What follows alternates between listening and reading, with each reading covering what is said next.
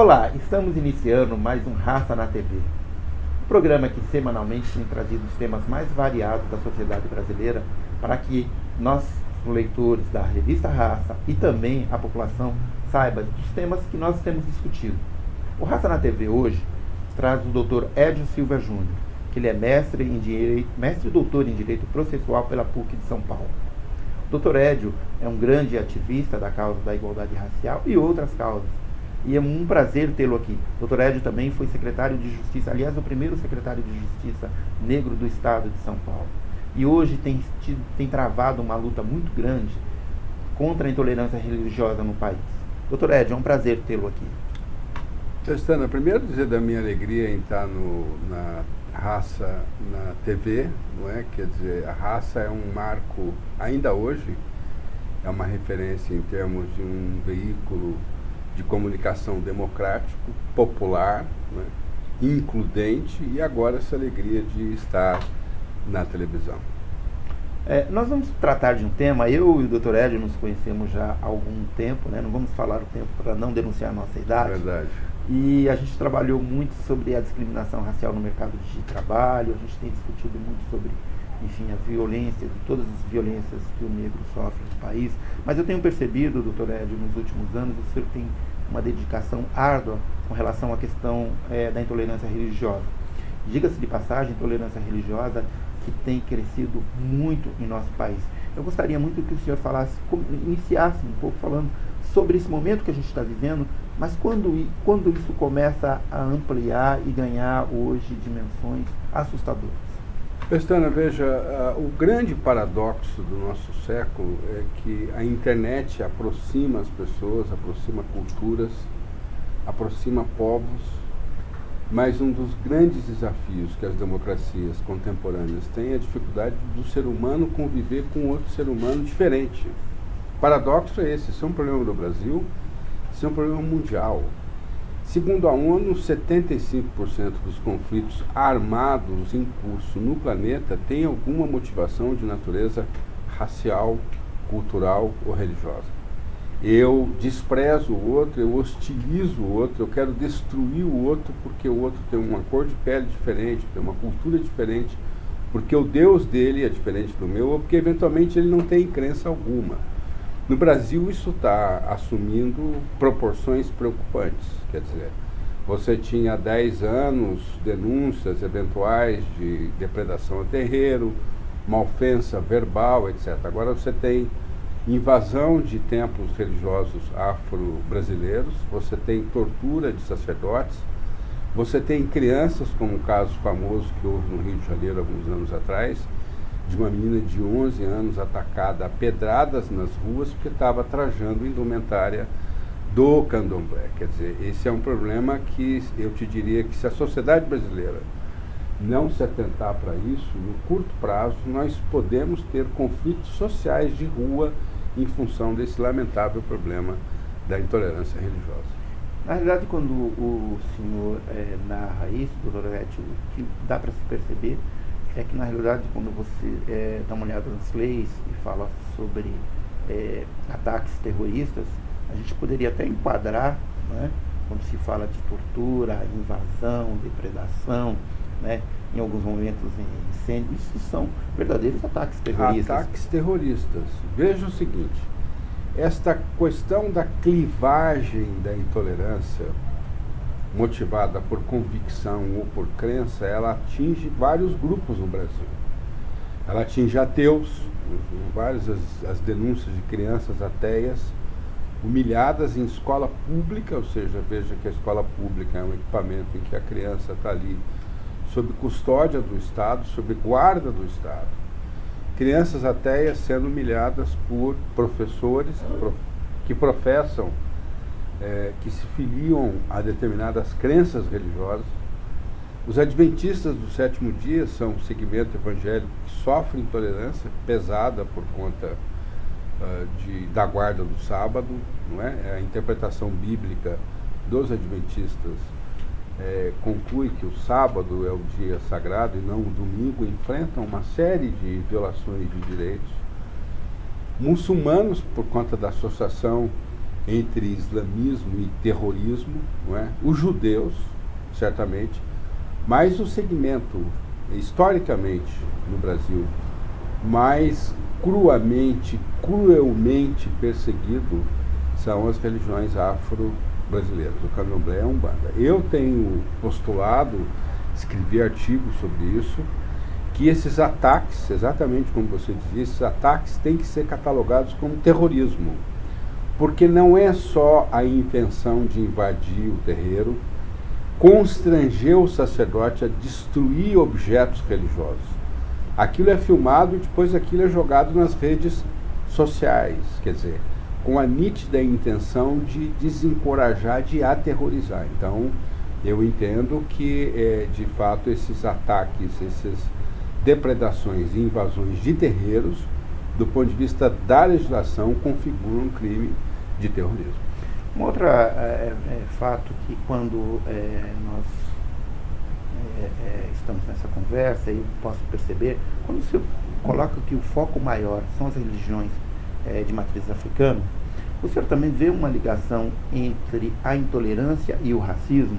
Porque as de matrizes africanas, já diz matrizes africanas, os deuses são africanos, os orixás são negros, né? E será que este foco maior nas religiões de matriz africana também está associado ao racismo? Intimamente, essencialmente, por mais que a pujança, a potência, a vitalidade da cultura africana faz com que no estado do Rio Grande do Sul, que é um estado que você tem 8% de negros, você tem uma cidade como Gravataí que tem 4 mil terreiros de Umbanda e Candomblé, num estado branco, que não estamos falando da Bahia, do Rio de Janeiro, de Minas, nós estamos falando do Rio Grande do Sul. As religiões afro-brasileiras, como a rigor os territórios culturais de origem africana, são democráticos. Você tem em São Paulo uma série de descendentes de japoneses que são sacerdotes e sacerdotisas do Candomblé.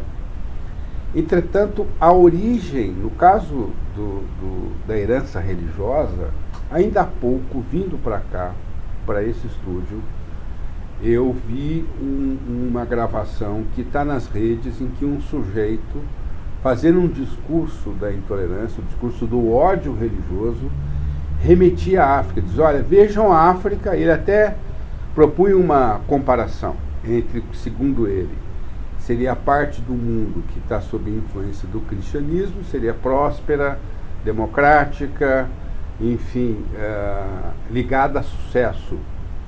África, ele diz, a África é o continente das doenças, da AIDS, dos macacos e tal. E ele usa a expressão, por terem trazido isso para cá. Portanto, na origem, você tem uma íntima conexão entre essa repulsa à religiosidade e o fato de ser uma religiosidade herdada dos africanos. Ainda que a Umbanda seja uma religião essencialmente brasileira, a Umbanda nasceu há 100 e poucos anos atrás no Rio de Janeiro, mas a Umbanda está muito ligada especialmente à matriz cultural banto. Então a Umbanda está ligada ao Candomblé, quer dizer, ela está associada ao Candomblé. Por isso eu te digo que a expressão racismo religioso cabe perfeitamente para a gente entender que há uma repulsa ao que vem de África, há uma repulsa à África, há uma certa interpretação bíblica que entende que os africanos são os descendentes de Caim, teriam sido amaldiçoados, portanto, a África está ligada à miséria, está ligada a doenças, está ligada à pobreza, está ligada à corrupção. E até esse mesmo a revista dizia que a África é um continente que tem muita corrupção, com a nossa Lava Jato aqui explicitando que a corrupção aqui é alguma coisa epidêmica, endêmica, quer dizer, então, de fato, esta hostilidade contra o Candomblé, a Umbanda, Batuque, a Jurema, tem a ver com a origem africana desses grupos. E só para acrescentar, do ponto de vista da Lava Jato, a presença de negros é quase inexistente. Muito bem lembrado. É quase inexistente, né? Então, muito bem lembrado. Não é um problema, não é um pelo menos que a gente pode dizer que seja exatamente, nosso. você lembrou bem. Mas, voltando, do ponto de vista, doutor Edio, processual, né? Tem aumentado, como é que se processa? Porque eu, quando secretário da Igualdade Racial da cidade de São Paulo, eu me lembro que eu recebi alguns religiosos de matriz africana e eles diziam que, por exemplo, a mãe Wanda, eu nunca vou esquecer uma vez que recebi a mãe Wanda, que ela falava, e foi quando eu comecei a falar, mas isso é terrorismo, né? Ela dizia que, por exemplo, as pessoas que que frequentavam o centro dela, quando voltavam para suas casas, iam pegar seus carros, que deixavam na rua, o pneu estava furado, o carro estava arriscado, enfim. Ali ela já se preocupava, ela falava, as pessoas falaram, mas isso é terrorismo. Eu falei assim, não, exatamente. Haviam pessoas que se intimidavam. Como é que as pessoas podem fazer, do ponto de vista jurídico, o senhor que é um dos juristas mais nomeados e mais respeitados desse país, o que uma pessoa deve fazer quando ela se sente acuada? Uma criança, quando vai à escola e é hostilizada, o que é que se faz nesse caso?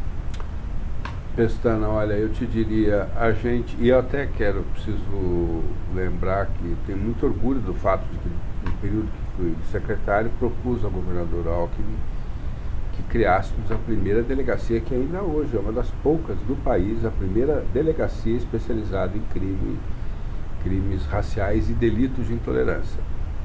E eu me lembro que a denominação inicial seria Delegacia de Crimes Raciais, e eu então propus e delitos de intolerância, para que a gente pudesse contemplar, entre outras, a intolerância religiosa. Eu vou separar o caso das crianças nas escolas, que é um problema crescente, preocupante e revoltante, porque ainda esses dias aqui em Guarulhos, houve o caso de uma escola municipal em que uma professora evangélica constrangeu, humilhou uma menina de 11 anos em sala de aula. Humilhou a menina em sala de aula. Quer dizer, eu entendo que aí você precisa ter ação repressiva sobre a professora, mas é preciso que a política educacional, é preciso que as autoridades públicas se deem conta de que isso é alguma coisa muito grave. Você pode determinar o futuro daquela pessoa em função de um trauma que você causa a ela aos 11 anos de idade. É uma criança totalmente indefesa. A professora, especialmente na educação básica, na educação infantil, no ensino fundamental e mesmo no ensino médio, o professor ocupa um lugar de poder. Quer dizer, a pessoa não pode utilizar o poder que ela tem para constranger uma criança. Neste caso, eu entendo que é preciso que haja uma ação das organizações religiosas, das organizações do movimento negro, em termos de ações civis que responsabilizem o Estado. O Estado é o principal responsável pelo problema da discriminação e pelo problema da intolerância. A vítima, mesmo que, obviamente, no momento da violência, ela necessariamente perca parte ali das suas faculdades e tal, em função de estar sujeita a uma situação violenta, mas ela precisa procurar manter a calma, se possível gravar o diálogo, anotar o máximo de informações necessárias depois para se provar em juízo que ela foi vítima de discriminação. Uma das dificuldades que você tem quando você vai ao judiciário discutir discriminação de qualquer tipo, mas especificamente a discriminação racial e religiosa, é o problema da produção de prova. O Brasil é um país de hipocrisia. O sujeito diz que gosta de preto, jogava bola com preto, ouve o Gilberto Gil, gosta de pagode, etc. E numa circunstância específica, ele pode discriminar. Então, eu te diria que a resposta que o sistema penal tem dado ainda é muito pequena. O número de denúncias que se tem é a ponta do iceberg. No cotidiano, agora, enquanto nós estamos aqui juntos, pessoas estão sendo vítimas de violência em função da sua cor ou em função da sua crença. E as pessoas têm que denunciar. Quanto maior o número de denúncias, mais o sistema penal também vai se preparando para enfrentar isso e mais você vai acabando com a impunidade. Hoje, um dos desafios que nós temos é acabar com a impunidade no que se refere à intolerância. Muito bem. O 21 de janeiro, ele tem tido muitas manifestações em todo o país, né, porque é o dia que nós estamos agora celebrando contra a intolerância religiosa. Né? Algumas ações que o Estado brasileiro tem feito têm sido interessantes, né, nesse combate, e aí do ponto de vista educacional, eu estou me lembrando um pouco, quando você fala desse caso na escola, nós temos uma lei que é a 10.639, que obriga o ensino da história da África e dos afrodescendentes, né, em toda a rede de ensino. Mas o que nós percebemos é que essa lei também aguçou muito esta intolerância, porque você tem um número de pessoas intolerantes que estão dando aulas, né, e que até se recusam a seguir essa diretriz, que é uma diretriz que deve ser seguida. Como é que a educação pode interferir? Eu gostaria que você falasse um pouco como é que a educação muda ou pode mudar, e como é que o Estado pode ser mais presente dentro dessas áreas para que melhore essa relação, ou para que a gente consiga caminhar para, enfim, botar um fim na intolerância religiosa no país. Você me fez lembrar de uma iniciativa histórica que você tomou à frente da Secretaria de Promoção da Igualdade Racial do município de São Paulo, quando fez uma pesquisa qualitativa para saber o número de fiéis, se havia diminuído o número de fiéis de Umbanda e Candomblé do município de São Paulo, até para um pouco mapear o número de fiéis. Eu me lembro que no final, entre as sugestões que você inseriu ali em termos de políticas públicas, eu me lembro que você advertia no texto final que o direito tem um papel limitado num problema complexo como esse. O direito atua depois que houve a violência, depois que houve a discriminação. Tem que ser aplicada a lei penal, com rigor tem que ser aplicada. O Estado tem que ser responsabilizado com rigor. As vítimas têm que ser indenizadas? Certamente que sim, mas você vai mudar este quadro quando a educação, a política cultural, a publicidade, a propaganda, a novela tiverem um compromisso com a luta contra a intolerância. Quer dizer, o direito, a legislação penal, a repressão, ela ataca o efeito da intolerância. Para você acabar com a intolerância, você tem que atacar as causas. E a causa da intolerância é o sistema de valores. O direito não ingressa no sistema de valores. O direito pode obrigar um empresário a admitir um empregado preto, mas o respeito, a harmonia, a convivência harmoniosa, o direito não tem como obrigar alguém a gostar de um outro, a respeitar um outro. E a educação já pode preparar as crianças para compreenderem que diferença não é sinônimo de inferioridade. O fato do sujeito ser diferente porque é ateu, porque é adventista do sétimo dia, porque é candomblessista, porque é umbandista, não faz dele um ser humano menor, inferior a mim. E eu não tenho o direito de violentar o outro porque o outro é diferente de mim. Esta cultura, que é a cultura do respeito recíproco, a cultura da convivência harmoniosa, ela é resultado do papel da educação. E aí você também lembrou bem, quer dizer, você tem uma legislação que, na verdade, esta coisa da história de África, da história de África e da cultura africana, foi uma reivindicação que o movimento negro apresentou na Constituinte de 86. 88. E ingressou como no texto original da Constituição de 88, e o presidente Lula, 15 anos depois, regulamentou. Mas eu lembro isso para resgatar o protagonismo do movimento negro. O movimento negro não foi para a Constituinte reivindicar só a criminalização do racismo. O movimento negro, entre outras reivindicações, também inseriu a preocupação com a política educacional. Até hoje as pessoas ainda estão, vejo essa lei, que alterou a LDB de 2003. Até hoje as pessoas ainda estão discutindo a implementação da lei para ver o quanto essa lei, digamos assim, não pegou. Mas ela é essencial. Ela é essencial porque você não tem qualidade na educação se você não discute a diversidade num país plural como o nosso, e ela é essencial porque pode ajudar a criar uma cultura em favor da diversidade. O senhor tocou também num assunto eu acho de vital importância, até porque hoje, principalmente com os avanços tecnológicos, a educação está muito ligada à informação, e a informação é muito rápida. Então, quando o senhor fala que a televisão, a novela, enfim, os meios de comunicação, hoje eles têm um papel gigantesco na educação também, do nosso povo. Eu queria que o senhor falasse um pouco, eu percebo que há uma diferença muito grande no tratamento, principalmente nos episódios, nas novelas. Tem uma grande emissora de televisão no Brasil que sempre tratou e retratou de uma certa forma alguns momentos de uma forma boa, outras nem tanto, a religião de matriz africana. Mas o que eu posso perceber hoje é que há um número muito grande, sobretudo na televisão,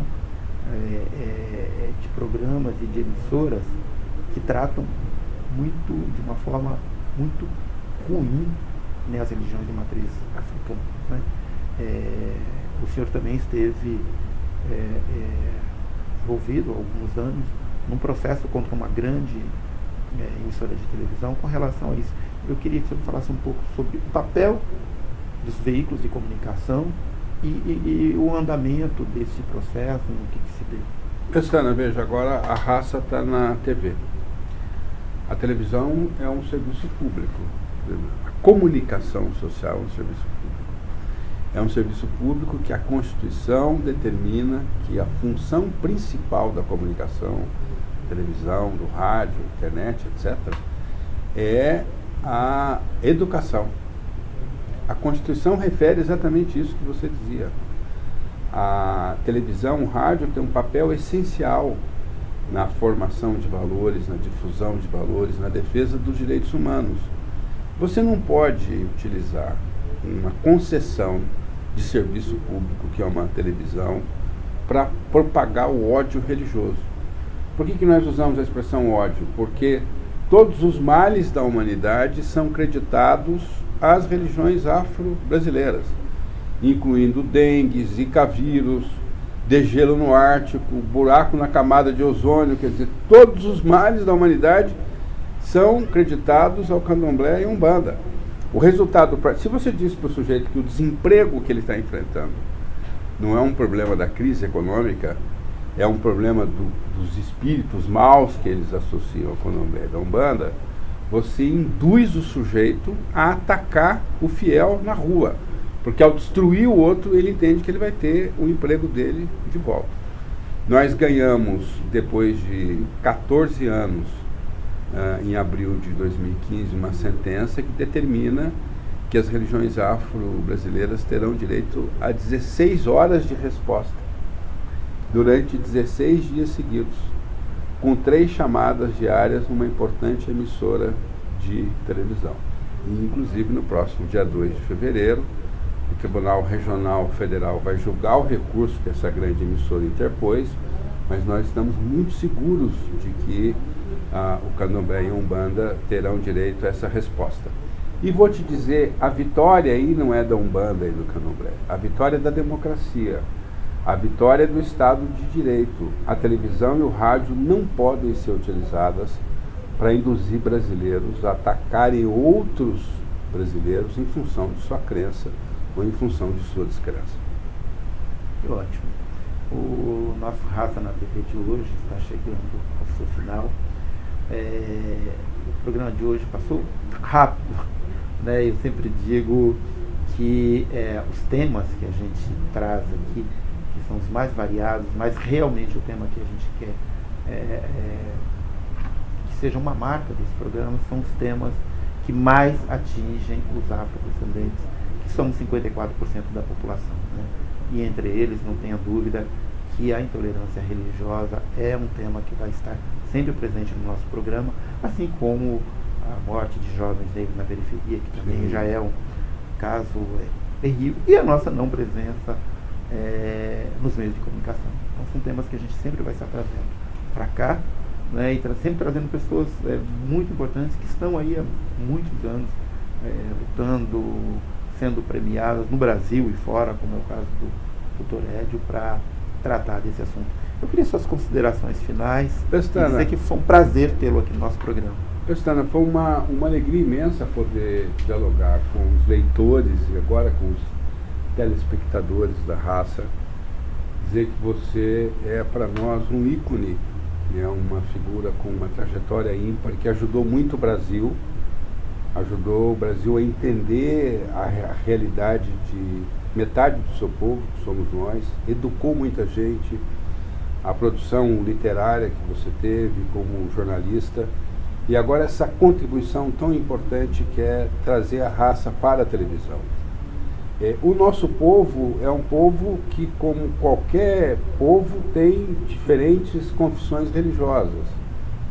Todas elas têm que ser respeitadas. Eu te diria que, e aos seus telespectadores, que a palavra-chave é a palavra respeito. A palavra-chave é a palavra respeito. Nós temos a obrigação ética e, do ponto de vista legal, temos o dever jurídico de não ofender ninguém, de não violentar o direito de ninguém, de não constranger, de não humilhar ninguém em função de qualquer motivo, de qualquer critério, e especialmente o critério racial e o critério da crença. Então, quero te dizer que todas as vezes que você me chamar para estar aqui, mesmo falando muito como devo ter falado hoje, eu vou estar sempre aqui, porque é uma alegria ser teu amigo, uma honra ser teu amigo, e é uma honra estar aqui falando com os telespectadores da Raça. Muito obrigado. O Raça na TV fica por aqui, e a semana que vem nós estaremos de volta com mais uma personalidade do peso, ou quase igual, do Dr. Edio. Muito obrigado.